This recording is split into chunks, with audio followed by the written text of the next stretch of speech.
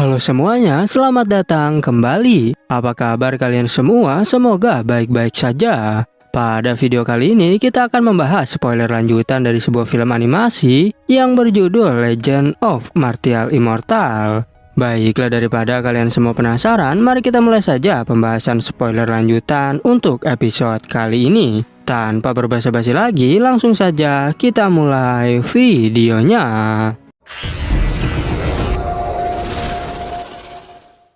Cerita ini berlanjut, kita diperlihatkan Ye Chen yang berniat untuk membantu keluarga Hao Tian, dan ia akan menjadi perwakilan di kompetisi aliansi Chan Yuan. Meskipun begitu, ketua Hao Tian masih merasa tak cukup jika hanya Qin Yu alias Ye Chen saja, sehingga ia menghubungi Chu Xuan untuk meminta seorang murid rekomendasi.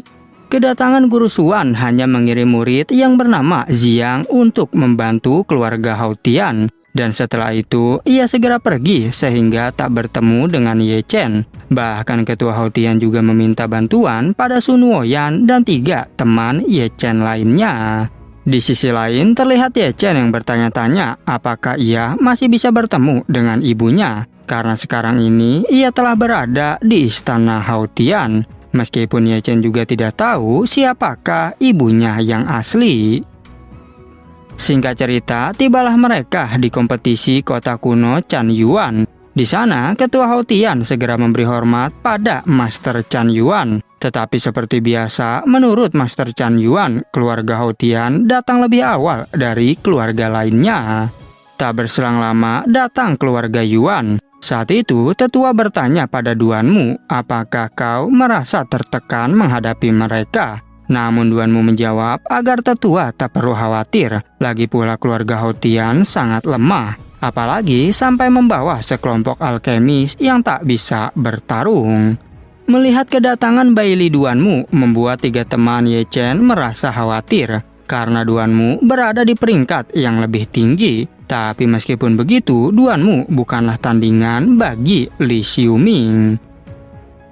Kemudian tibalah keluarga Yin yang membuat teman-temannya Ye Chen semakin ingin pulang, karena mereka menganggap kita pasti akan kalah. Begitu pula dengan ketua Hao Tian yang menunjukkan ekspresi gelisah. Berbeda dengan Master Chang Tian yang merasa sangat senang karena ia yakin Xu Ming pasti bisa mengalahkan mereka. Sedangkan Ye Chen tetap santai dan berjanji pasti akan menghajar Xu Ming. Saat itu Ziyang kebingungan karena sebelumnya Guru Xuan bilang akan datang ke sini. Tetapi Ye Chen menjawab mungkin ia pulang untuk segera menikah. Ziyang tak percaya karena suaminya Guru Xuan sudah mati. Setelah itu diumumkanlah jika pertandingan aliansi Chan Yuan akan dimulai. Tapi Xu Ming tak terima jika 1 lawan 1 itu terlalu lama, sehingga ia mengusulkan untuk bertarung dengan cara menantang lawan. Menurut Master Chan Yuan, hal itu tentu melanggar peraturan. Namun Master Chang Tian tak peduli karena aturan tidak terlalu penting. Bahkan ia menyuruh ketua Hao Tian untuk menyetujui peraturan baru itu. Lagi pula kelompok Ye Chen pasti juga akan kalah. Ketua Hao Tian tentu sangat kesal karena jika seperti ini kita pasti akan kalah lebih dulu. Apalagi kedua keluarga itu akan menentang keluarga Hao Tian lebih awal. Sehingga mereka terlalu kejam karena mengambil 2/3 dari wilayah Hao Tian. Walaupun demikian, Ye Chen tak merasa takut dan ia langsung menyetujui aturan itu. Bahkan membuat semua orang terkejut mendengarnya, karena menurut mereka Qin Yu alias Ye Chen sudah gila. Awalnya ketua Hao Tian tak setuju dengan hal itu, namun Ye Chen meyakinkannya untuk setuju, sehingga Ye Chen langsung menentang 18 orang sekaligus dari 2 keluarga tersebut. Master Chang Tian tertawa mendengarnya karena Qin Yu tak tahu diri, padahal cuma berada di peringkat 99 tapi berani menantang 18 orang sekaligus. Meskipun begitu, Ye Chen tak peduli. Dia justru mengatakan kalau kalian takut, maka bilang saja. Dikarenakan para tetua sangat kesal, mereka pun langsung menurunkan 18 orang. Bahkan Master Chan Yuan sebagai wasit tak percaya menyaksikan hal ini. Sedangkan Xiuming berniat untuk menjadikan Ye Chen sebagai budaknya jika Ye Chen dikalahkan. Tetapi Ye Chen berkata bahwa taruhan itu harus lebih besar, sehingga ia ingin taruhannya adalah nyawa masing-masing. Dan karena yakin bisa menang, Xiuming pun menyetujui hal tersebut. Master Chan Yuan dan semua orang tentu tak bisa berbuat apapun. Apalagi Ye Chen juga meminta agar setiap orang yang kabur segera dibunuh saja, karena kita semua memiliki taruhan nyawa masing-masing. Tak mau berbasa-basi, Xiuming segera melancarkan serangan. Tapi apalah daya, serangannya tak terlalu berarti di hadapan Ye Chen. Bahkan hanya dalam sekejap, Ye Chen membuatnya tersungkur. Melihat kejadian yang di luar nalar tentu membuat semua orang terkejut, karena Qin Yu rupanya menyembunyikan kekuatannya. Sehingga saat itu juga 17 orang lainnya langsung menyerang secara bersamaan. Meskipun sudah menyerang secara bersamaan, tetap saja mereka dipukul mundur oleh Ye Chen. Begitu pula dengan Duanmu dan Xiuming yang sampai dibuat babak belur. Bahkan pedang dua orang praktisi dibuat patah oleh Ye Chen.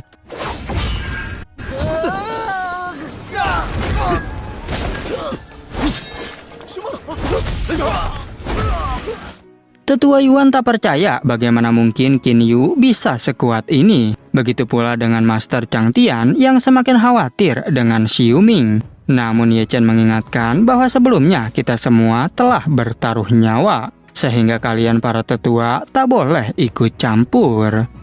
Master Chang Tian berkata agar Xiuming segera dilepaskan, atau jika tidak kau akan kubuat mati mengenaskan. Namun Ye Chen tetap tak peduli dan justru malah mematahkan lengan Xiuming.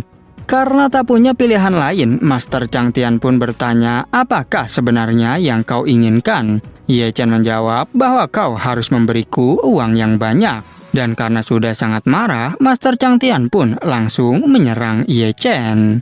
Namun secara tiba-tiba muncul Master Chan Yuan yang menahan serangan itu. Dan ia mengingatkan bahwa ini adalah kota kuno Chan Yuan. Padahal kau telah mengirim 18 orang, apakah sekarang masih mau berbuat curang? Dikarenakan tak punya pilihan lain, Master Chang Tian pun memberikan uang pada Ye Chen. Sambil berjalan pulang, ia mengancam agar kau tunggu pembalasanku. Tetapi Ye Chen meledeknya dan berkata bahwa aku benar-benar sangat takut. Kemudian Master Chan Yuan segera mengumumkan pemenangnya. Tapi sebelum diumumkan, Ye Chen menghentikan hal itu. Bahkan ia meminta izin untuk merampas terlebih dahulu barang-barang milik 17 orang tersebut. Setelah itu, barulah diumumkan jika Qin Yu alias Ye Chen adalah pemenangnya. Sehingga membuat keluarga Hao Tian sangat gembira. Begitu pula dengan teman-temannya dan juga Xiang. Singkat cerita, tibalah mereka di istana Hao Tian. Saat itu Ketua Hao Tian sangat berterima kasih atas bantuan Qin Yu alias Ye Chen. Tetapi Ye Chen menjawab bahwa kalian tak perlu sungkan. Lagi pula ini hanyalah masalah kecil. Ketua Hao Tian bertanya mengapa Qin Yu mau membantu kami. Ye Chen menjelaskan bahwa aku melakukan ini hanya untuk kepuasanku sendiri. Lagi pula aku juga pernah dijebak oleh orang-orang seperti mereka. Ketua Hao Tian merasa tenang karena Qin Yu adalah orang yang rendah hati. Dan ia berkata, jika putraku Hao Tian Chen Ye masih hidup, maka kalian pasti akan menjadi teman baik. Namun secara tiba-tiba, penyakit Ketua Hao Tian kambuh kembali sampai muntah darah. Dikarenakan melihat keluarga Hao Tian mulai sedih, Ye Chen berniat untuk mengobati lukanya. Ia pun mulai menggunakan guntur surgawi sambil menjelaskan bahwa luka Dao tak bisa disembuhkan dengan obat-obatan dan hanya guntur surgawilah yang dapat menyembuhkannya. Ketua Hao Tian tak punya pilihan lain, ia pun setuju dengan hal itu. Sehingga saat ini Ketua Hao Tian harus menahan rasa sakit dari sambaran petir. Yang mana pada akhirnya Ketua Hao Tian berhasil disembuhkan. Ketua Hao Tian kini kebingungan bagaimanakah caranya aku berterima kasih. Sedangkan Ye Chen menjawab agar kau tak perlu sungkan seperti itu. Lagi pula aku punya tujuan sendiri untuk menyelamatkanmu. Ye Chen menjelaskan bahwa sejak pertama kali bertemu dengan si Yue, aku sudah memiliki niat. Dan hal itu pun membuat si Yue berpikir bahwa Qin Yu alias Ye Chen telah jatuh cinta padanya. Tapi ia terkejut karena Ye Chen justru ingin meminjam formasi teleportasi dari keluarga Hao Tian. Ketua Hao Tian bertanya mau kemanakah Qin Yu sebenarnya. Ye Chen menjawab bahwa aku ingin pergi ke selatan dan rupanya ia ingin pergi ke Nanchu alias tempat keberadaan sekte Heng Yue. Xin berpindah ke kota Changlang. Di sana terlihat Ye Chen yang menyadari bahwa Nanchu masih jauh dan ia juga tidak tahu apakah ada teknik teleportasi di kota ini. Namun secara tiba-tiba di tengah jalan ada seorang pria bernama Yuan Hao-er yang membawa singa. Hao-er menyuruh Ye Chen untuk minggir dari jalannya, tapi Ye Chen tak peduli. Dirinya justru menarik pecut miliknya hingga ia terjatuh, karena sebelumnya Hao-er terlalu sombong di hadapan semua orang. Hao-er menjadi sangat marah dan menyuruh singanya untuk membunuh Ye Chen, tetapi Ye Chen mampu melawannya dengan sangat mudah. Bahkan saat itu Hao-er sampai dibuat tersungkur.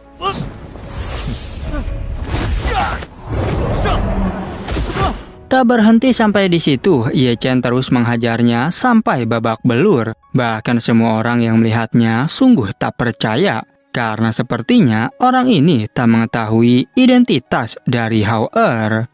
Setelah menghajarnya habis-habisan, Ye Chen pun segera pergi dari sana. Sedangkan Hao-er sangat kesal dan berjanji akan balas dendam. Tetapi Ye Chen tak peduli dan tak merasa takut sedikit pun.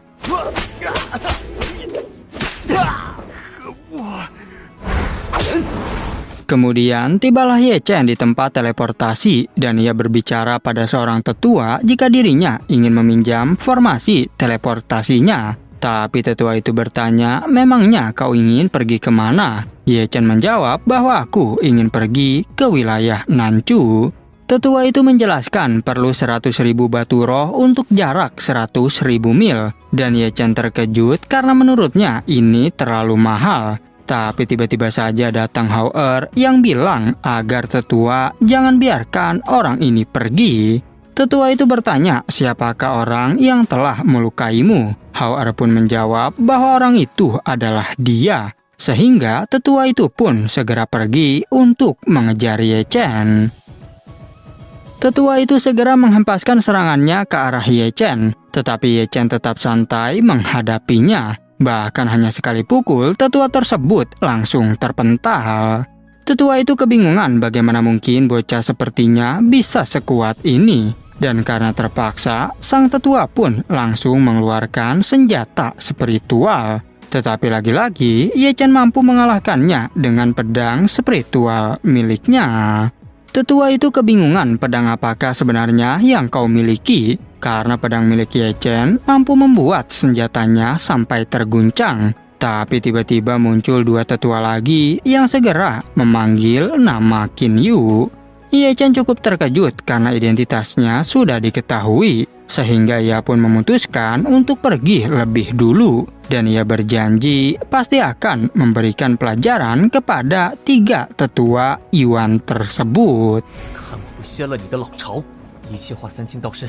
Setelah itu, Ye Chen pun menerobos masuk ke paviliun keluarga Yuan untuk merampok harta mereka. Namun sebelum itu terjadi, pasukan keluarga Yuan segera bergegas untuk menghabisi nyawa Ye Chen. Sehingga saat itu juga pertarungan di antara mereka tak dapat terhindarkan. Saat pertarungan berlangsung, pasukan keluarga Yuan menggunakan formasi pembunuh untuk mengalahkan Ye Chen. Namun dengan teknik naga miliknya, Ye Chen dengan sangat mudah menghancurkan formasi itu. Dan setelah mereka semua dikalahkan, akhirnya Ye Chen berhasil merampas harta keluarga Yuan. Lalu Ye Chen juga mengambil beberapa buah spiritual dari taman buah keluarga Yuan. Tapi ternyata di sana terlihat Hao-er yang sedang mengawasinya. Mengetahui hal itu, Ye Chen pun segera memberinya pelajaran. Bahkan Ye Chen juga menculik Hao-er sebagai sebuah jaminan.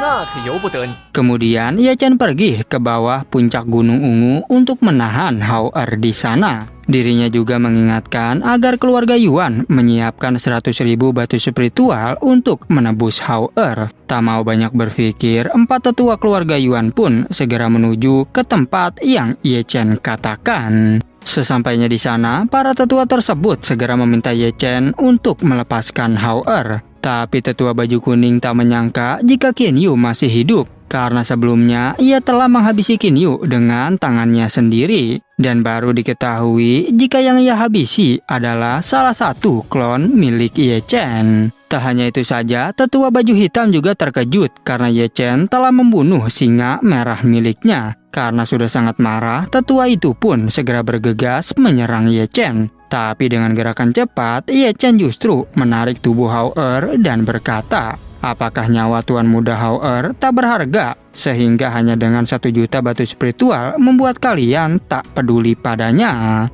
你敢？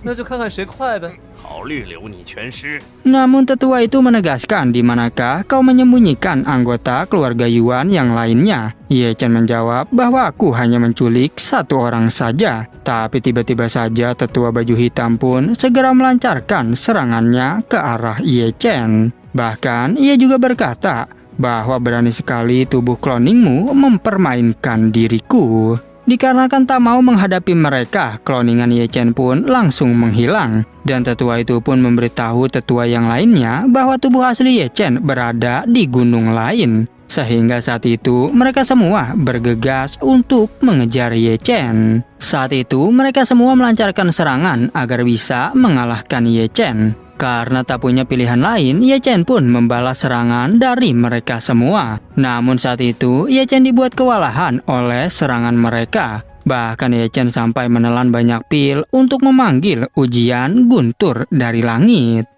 围住他！ 还不够小爷我打。